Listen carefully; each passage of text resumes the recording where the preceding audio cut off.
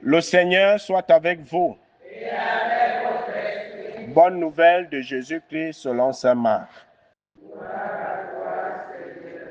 Marc au chapitre 2, les versets 13 à 17.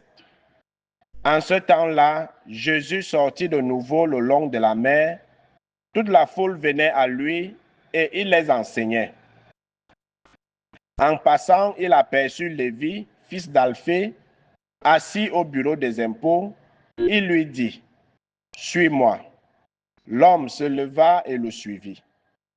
Comme Jésus était à table dans la maison de Lévi, beaucoup de publicains, c'est-à-dire des collecteurs d'impôts, et beaucoup de pécheurs vinrent prendre place avec Jésus et ses disciples, car ils étaient nombreux à le suivre. Les scribes du groupe des pharisiens, voyant qu'il mangeait avec les pécheurs et les publicains, disaient à ses disciples, « Comment il mange avec les publicains et les pécheurs ?» Jésus, qui avait entendu, leur déclara, « Ce ne sont pas les gens bien portants qui ont besoin du médecin, mais les malades. Je ne suis pas venu appeler des justes, mais des pécheurs. » Acclamons la parole de Dieu.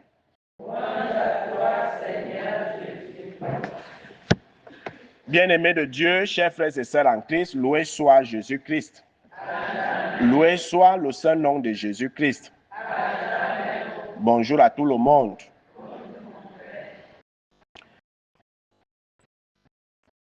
En suivant les textes de ce matin,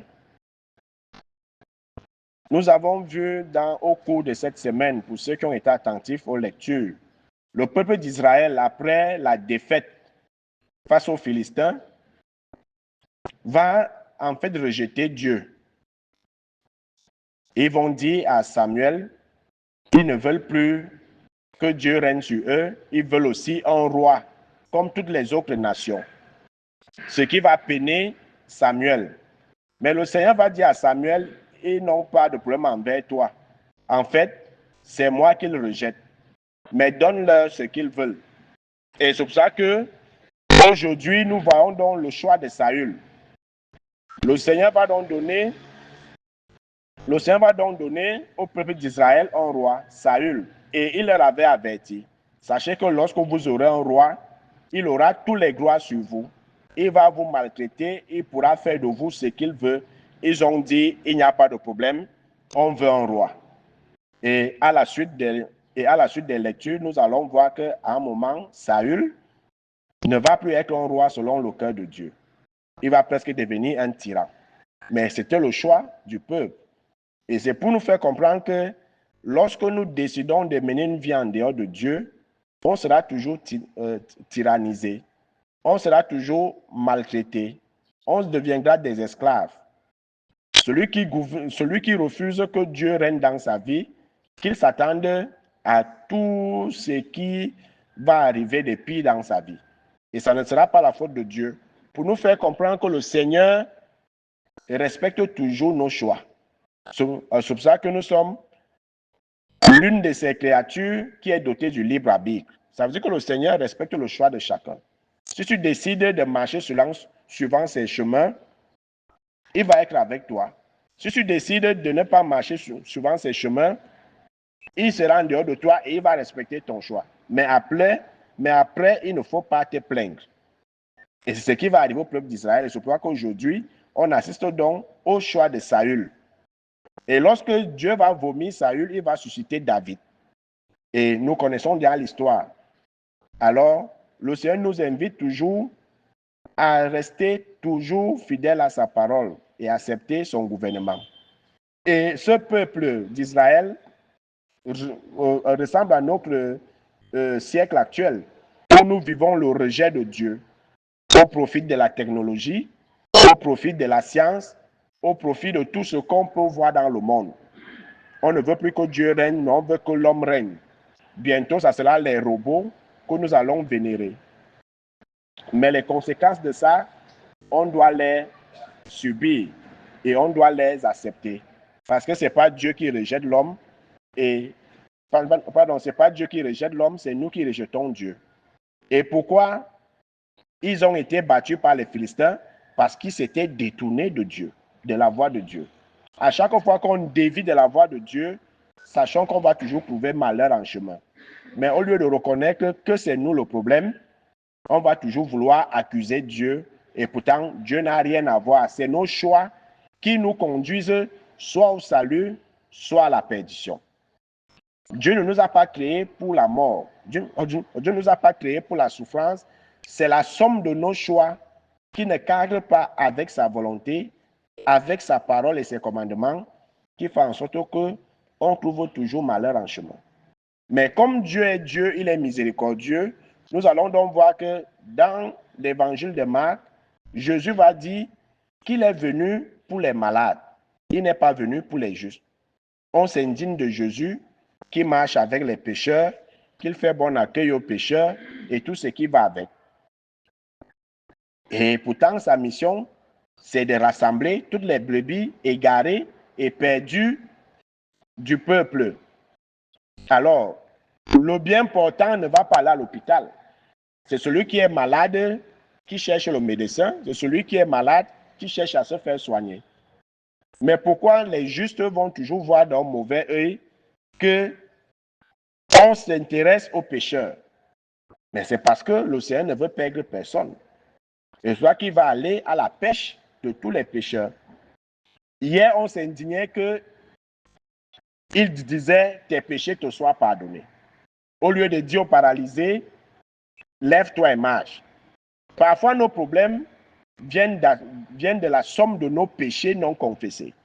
Quand quelqu'un peut faire 1 an, 2 ans, 3, 4, 5, 10 ans, 15 ans sans se confesser, mais tu es déjà mort spirituellement. Même si tu marches encore, tu es ce qu'on appelle un mort vivant, un zombie. Tu es déjà mort parce que la grâce de Dieu ne t'alimente plus. Et tu vas passer le temps à te plaindre, à aller de prêtre en prêtre pour faire les blancs, pour faire les bains spirituels, aller de marabouts. Ces bains-là ne peuvent pas laver tes péchés, ne peuvent pas sanctifier ton âme. Alors, le problème du paralysé était d'abord ses péchés. C'est pour ça que Jésus va commencer hier par tes péchés te sont pardonnés, afin de guérir le corps. Donc, lorsqu'on reste dans un état de péché avancé, le corps va tomber malade. Et c'est prouvé. Le corps va tomber malade. Mais nous, on veut toujours la guérison physique. On veut toujours la délivrance. On veut toujours la libération. On veut toujours ceci. Mais est-ce qu'on nettoie nos âmes? Est-ce qu'on nettoie nos âmes? Quelqu'un va venir avec un problème. Tu vas l'écouter. Tu lui demandes, ça fait combien d'années tu ne t'es pas confessé? Ça fait 10 ans et tout. Je suis venu pour que tu me donnes une prière puissante qui va faire que quand je vais prier, mes ennemis vont tomber ou alors j'aurai ma grâce. Ça ne peut pas donner. Mais quand tu vas dire à la personne, va faire un examen de conscience, prends le temps de te souvenir de tous tes péchés et reviens. La personne part pour toujours. Il part chercher un prêtre puissant. Un prêtre qui va lui faire les bains. Et depuis qu'on fait ces bains-là, qu'est-ce qui a déjà changé? Commence par te confesser. Ce n'est pas pour rien que le sacrement de confession existe. Ce n'est pas pour rien que Jésus a institué le sacrement de réconciliation, que nous négligeons. Parce qu'on nous raconte dans les réseaux sociaux, il ne faut pas aller se confesser chez un pécheur comme toi-même. Il faut t'enfermer dans la chambre. Tu ouvres le psaume 50 ou 51 selon l'édition de la Bible. Toi-même, tu te confesses, Dieu va te pardonner. C'est faux. Même le prêtre lui-même ne peut pas se confesser lui-même. Il va avoir un autre prêtre pour se confesser. Même le pape se confesse. Même les évêques se confessent chez des prêtres. Mais pourquoi pas nous on ne se confesse pas? Pourquoi? Et on se plaint que notre vie est paralysée. C'est la somme de nos péchés. C'est la somme de nos péchés. Donc, avant d'aller chez les marabouts, chez les pasteurs, les prophètes, les apôtres et les ceci, regardons d'abord si notre vie spirituelle est en conformité avec Dieu. Aujourd'hui, Jésus sort. Il continue toujours l'appel des disciples. Il a appelé Jean, Jacques, Pierre et André. Aujourd'hui, il va appeler Matthieu, qu'on appelait Lévi. Il va appeler Matthieu, viens à ma suite. Et il va se lever de son comptoir d'impôt. Il va le suivre avec tout ce de son travail. Parce que Ils ont besoin de conversion. Qui ne veut pas aller au ciel? Qui ne veut pas aller au ciel? Mais pour aller au ciel, il faut se convertir. Pour aller au ciel, il faut vivre selon la parole et les commandements de Dieu. Parce qu'on veut les omelettes sans casser les œufs. On va aller au ciel sans mourir. Il faut mourir en soi. Il faut tuer en nous le péché. Si nous voulons aller au ciel. Et les messages ne font que tomber tous les jours. Bientôt la fin des temps. Bientôt les signes, tous les signes s'accomplissent déjà. Tout ce qui a été dit, annoncé dans les Écritures, s'accomplissent déjà. Mais on est toujours là. On vit la vie du poulet. Il n'y aura plus de temps pour la conversion. C'est maintenant, c'est aujourd'hui, qu'on doit prendre la décision de nous convertir. Et c'est pour ça que Jésus est venu pour appeler les pécheurs. Si je me sens pécheur, que je me lève et que je suive Jésus. Mais si je me sens juste, saint, irréprochable, reste assis à ta place. Il ne viendra pas vers toi. Mais si moi je me sens pécheur, que je me lève, parce qu'aujourd'hui le Seigneur nous dit, lève-toi, suis-moi.